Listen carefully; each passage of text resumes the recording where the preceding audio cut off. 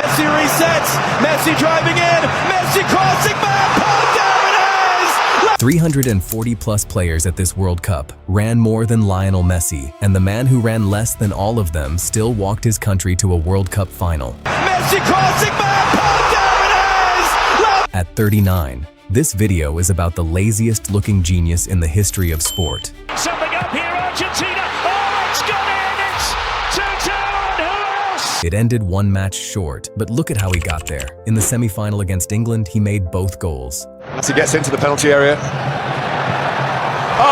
Enzo Fernandez, then Lautaro Martinez in stoppage time, a 39-year-old carrying champions to a final. Now here's what nobody was thinking about while it happened. For most of this tournament, the best player in it was walking. The numbers sound like an insult. Near the bottom of the entire tournament for distance covered, total kilometers across all matches, it was roughly 27 through 5 games. A New York Times report found he stood completely still for a quarter of the match. He jogged 8.6% of the time. The tournament average is 23. I played this game professionally. I know exactly what pundits call players like that. Lazy. Coasting, finished. There's even a famous video with 250,000 views built on this exact stat. It says he's slowing down, managing minutes, that the magic is an illusion. That video came out in January. Football has become a game of transitions, constant pressing, and pure physical dominance. And right in the middle of that physical storm stands a man who spends 83% of the match walking. Tonight, I'm going to show you it's the opposite. The walking isn't the decline. The walking is the weapon. And this tournament, even in defeat, is the proof. 62% walking at a World Cup while producing 8 goals and creating more shots and chances combined than anyone since Diego Maradona in 1986. And here's the part almost nobody knows. This isn't age. This isn't Miami. There's a number from 9 years ago that proves he's always played this way. It comes from the biggest club match on earth. 83%. That afternoon, at the Bernabeu, tracking clocked Messi walking for 83.1% of the match. He sprinted for 1.15%. That's about a minute of sprinting. In a Clásico, he scored, created 7 chances, and Barcelona won 3-0 away against Real Madrid. One match, one number, and it became the stick his critics have swung for a decade. So stay with me, because you're about to hear Messi himself confess why he walks. It starts with a 9-year-old hiding behind a tree. You'll hear one of the greatest strikers who ever lived defend him, with a warning for every kid watching. And you'll meet the professor who counted his eye movements, frame by frame. He found something no other player on earth does. By the end, you won't see a man walking, you'll see a man hunting. One thing before we start. Drop a comment right now. Have you ever been called lazy on a pitch for thinking instead of running? Tell me the country or club you carry and your all-time favorite player. I read everyone, and mine will surprise you, so stick around. Now, Rosario, Argentina. A kid, a running drill, and a tree. Rosario, Argentina. The late 1990s. At the Newell's Old Boys Academy, the coaches send the boys on running laps.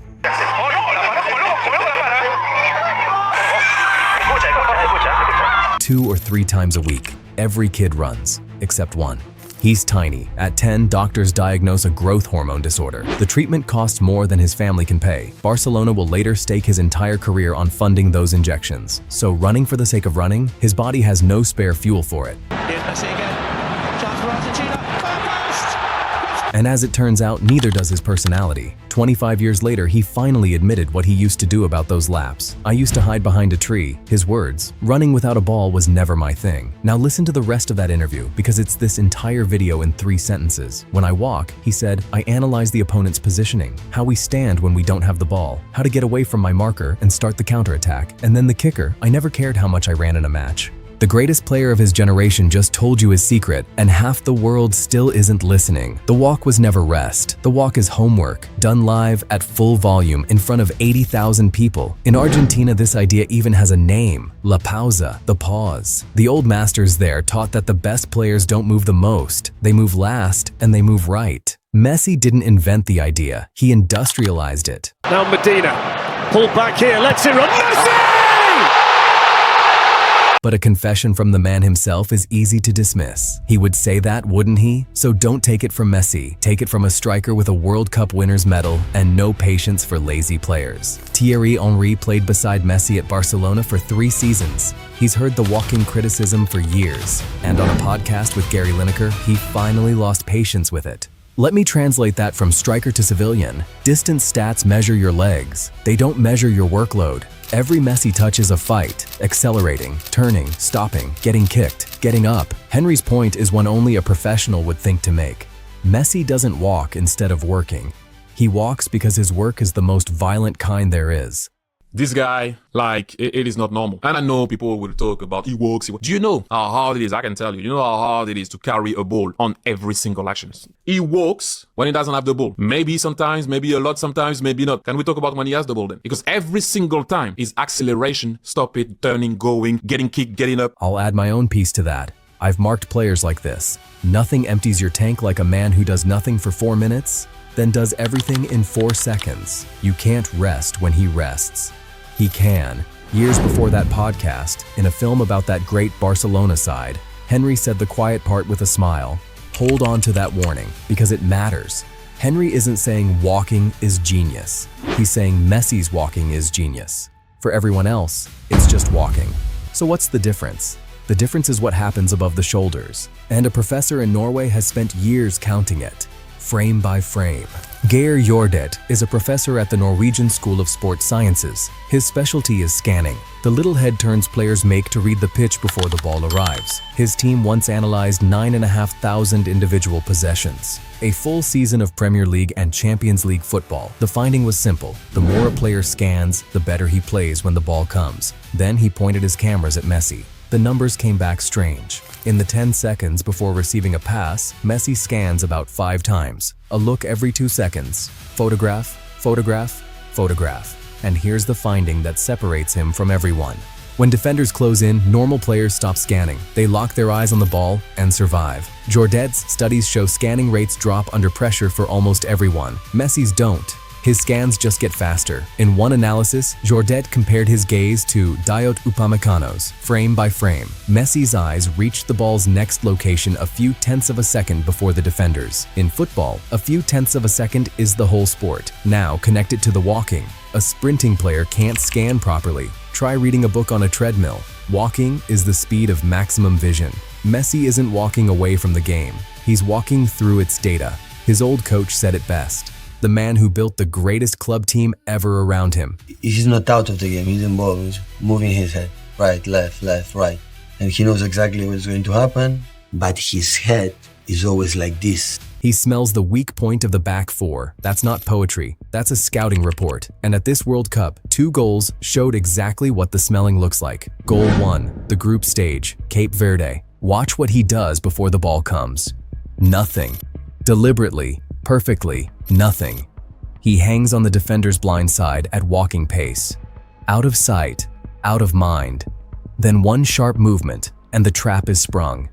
FIFA's tracking shows this is systematic. His walking lives in one zone, the inside right pocket between the center circle and the box. And when Argentina attack, 71% of his runs end in the final third. He doesn't move often, he moves on purpose. Atletico Madrid, in it comes to Lionel Messi. His control is brilliant, his finish is even better. Goal 2, Austria. And this one needed an accomplice. Almada never touches it. A dummy like that only works if somebody has already read the whole picture. Messi had. He knew where the empty space would be before the ball did. No sprint required. The calculation was the run. And opponents know all of this, by the way. It doesn't help them. Australia's assistant coach at the last World Cup described what marking him actually feels like. 80% wandering from the opposition bench's own mouth. And that was the tournament he won. In Qatar's group stage, the 2 players who walked the most were both forwards, Lewandowski and Messi. Messi appeared in the walking top 10 3 times, over 14 kilometers at strolling pace in 3 games. Then, he lifted the World Cup and took the golden ball. Which brings us back to last Wednesday. 2 assists against England, both born the same way. Drift, watch, wait, strike. The rebound cross for Lautaro wasn't fast feet, it was a man standing exactly where the game was about to arrive. So the evidence is in. The confession, the teammate, the professor, the opponents, the trophies. Time for the verdict. And time for me to keep a promise about my favorite player. Here's my verdict, as a man who spent a career being shouted at to run more. On Sunday, it ended 1 step short, and that takes nothing away. A 39-year-old walked a nation to consecutive World Cup finals. No runner his age has ever come close. Messi has rebuilt himself 3 times. The winger became the false 9. The false 9 became the playmaker. The playmaker became this: a man who traded distance for vision and lost nothing in the exchange. Guillaume Balaguer even ran the projection on BBC Radio. Push the walking from 62% towards 75, and a 7th World Cup is on the table, 2030. Read that again. And my favorite part of this whole story is the smallest one. David Beckham tells it. At Inter Miami's academy, Messi pulled a young player aside and gave him one piece of advice: walk more, because you see more. The habit they mocked for 20 years is now the lesson he hands to children. So the next time someone beside you scoffs that Messi isn't even trying, do me a favor. Tell them what you learned tonight. He's not resting, he's reading. A photograph every 2 seconds until the picture shows him something you can't see. Then, and only then, he runs. Genius isn't doing the most. Genius is knowing exactly how little is needed. And I promised you a surprise. My all-time favorite player isn't Messi, it's Zidane. It always will be. But the greatest footballing brain I've ever watched, that's the man we just spent 15 minutes walking with. Now it's your turn. Which Messi moment made you a believer? Tell me the country or club you carry and your all-time favorite player. I read every one, and the best answers teach me something. If you want the other side of this World Cup, the fury instead of the genius, I've got you. Watch every World Cup scandal that changed football forever next. It's the story of the whistle this tournament will be remembered for. Subscribe if you want football explained by someone who played it. No hysteria. See you in the next one.